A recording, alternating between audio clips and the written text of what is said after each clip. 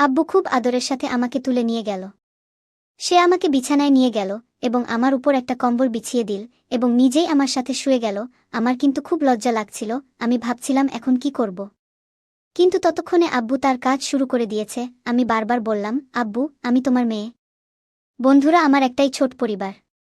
আমার মামা আর আব্বু মদের দোকানে কাজ করে এবং তার দোকানটাও খুব ভালো চলে, তাই আমাদের বাড়িতে সবকিছু আছে। আমার গ্রামের বাড়ির সব ছেলে আমার জন্য পাগল, কারণ আমি খুব সুন্দরী আর কোমল মেয়ে। কিন্তু আমি যত সুন্দরী হই না কেন, আমিও সমানভাবে নিরীহ। রাতে ভেজা বিছানায় ঘুমাতে ভয় পেতাম, তাই আমি আমার মামার সাথে তার ঘরে ঘুমাই। বাবা সবসময় আমার মামাকে বলতেন যে এখন আমাদের মেয়ে বড় হয়ে গেছে, তার বিয়ে দেওয়া উচিত। এই কথা শুনে আমি লজ্জা পেতাম। ডিসেম্বরের একটা দীর্ঘ ঠান্ডা রাত ছিল। কাকা আর ভাই আমার চাচাতো ভাইয়ের বিয়েতে গিয়েছিলেন। তখন তারা আমার কাছেই ঘুমাচ্ছিলেন। কাকা ছাড়া আমার ঘুম আসছিল না এবং খুব ঠান্ডাও লাগছিল।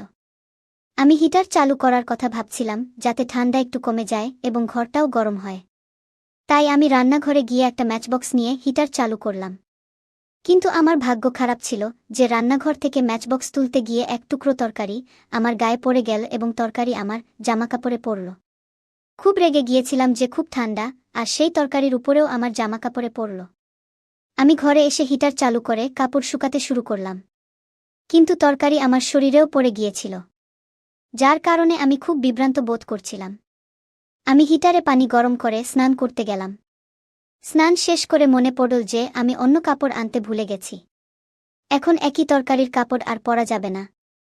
তাই আমি ওয়াশরুম থেকে বেরিয়ে এলাম। ততক্ষণে ঘরটা গরম হয়ে গেছে এবং আমার স্নান করার দরকার ছিল না।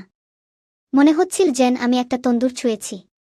তারপর আমি বুঝতে পারলাম যে আমি স্নান করে সরাসরি হিটারের পাশে বসেছি। কিন্তু এখন লাভ কি? আমি তাড়াতাড়ি উঠে চলে যেতে শুরু করলাম। তারপর আব্বু আমাকে থামিয়ে বললেন, আমি তো কারণ ছাড়াই বলিনি যে তুমি এখন প্রাপ্তবয়স্ক হয়ে গেছ। আব্বু আমাকে আদর করে তুলে নিলেন। আমাকে বিছানায় শুইয়ে দিলেন। কম্বলটা গায়ে দিয়ে আমার সাথে শুয়ে পড়লেন। আমি খুব লজ্জা পাচ্ছিলাম যে এখন আমার কি করা উচিত। কিন্তু ততক্ষণে আব্বু কাজ শুরু করে দিয়েছে। আমি তাকে অনেক বলেছি যে আব্বু, আমি তোমার মেয়ে। আমার এখনও বিয়ে হয়নি। কিন্তু এখন সে আমার একটা কথাও শুনছিল না এবং আমাকে বলছিল যে একবার খেলো, তাহলে তুমি বাজাতে শিখবে। আমিও আব্বুর সাথে খেলতে শুরু করলাম এবং তাকে মন দিয়ে সমর্থন করতে লাগলাম। যখন আব্বু আমাকে জোরে ছেড়ে দিল, তখন রক্ত বের হতে লাগল। আব্বু খুব দ্রুত খেলছিল কারণ সে একজন বৃদ্ধ খেলোয়াড় ছিল। কিন্তু আমি কখনো এমন খেলা খেলিনি, তাই আমি খুব ক্লান্ত ছিলাম। যখন আব্বু খেলতে খেলতে ক্লান্ত হয়ে পড়েছিল, তখন আমি স্বস্তি পেয়েছি। তখন আমিও 2-3 বার স্বস্তি পেয়েছি। কিন্তু আমি বুঝতে পারিনি কখন আমার ভাই বাড়ি ফিরে এসে আমাকে আর আব্বুর ঘরের কাজকর্ম দেখছিল। এবার আব্বুও ক্লান্ত হয়ে ঘুমিয়ে পড়ল আর আমিও ঘুমিয়ে পড়লাম। পরের দিন ভাই আমার কাছে এসে বলল, চলো, তোমাকে বাইরে বেড়াতে নিয়ে যাব। রাতে আব্বুর কারণে আমি খুব ক্লান্ত ছিলাম। তাই আমি রাজি না হয়ে আব্বু আর ভাইদের জন্য নাস্তা বানাতে লাগলাম। নাস্তার পর আব্বু দোকানে গেল, তখন ভাই আমাকে আলমারি থেকে আমার কাপড় বের করে শুকাতে বলল। আমি ভাইয়ের কাপড় বের করতে গেলাম। আলমারির কাছে ঝুঁকে পড়লে ভাই আমার কাঁধে হাত রাখল। আমি বললাম, ভাই, তুমি কি করছো? তারপর ভাই বলল, আমি রাতে বাড়ি ফিরেছি এবং আব্বুর সাথে তুমি যেসব ঘরোয়া কাজ করেছ তা দেখেছি। এই সব শুনে আমার ভয় হয়ে গেল যে ভাই যদি কাকাকে বলে, তাহলে কাকা আমাকে আর বাবাকে ক্ষমা করবেন না। আমার মন খারাপ দেখে ভাই বলল যে আমি এক শর্তে কাউকে বলবো না, শুধু যদি তুমি আমাকেও শান্তি দাও এবং রাতে আমার ঘরে ঘুমাও, কাকার ঘরে না।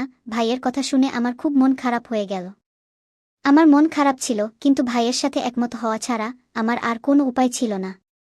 আমি বাবাকে সবকিছু বলেছিলাম এবং তারপর প্রতি রাতে ভাই আর বাবা দুজনেই কিছুক্ষণের জন্য একসাথে আসত এবং আমার সাথে ঘরের কাজ করত।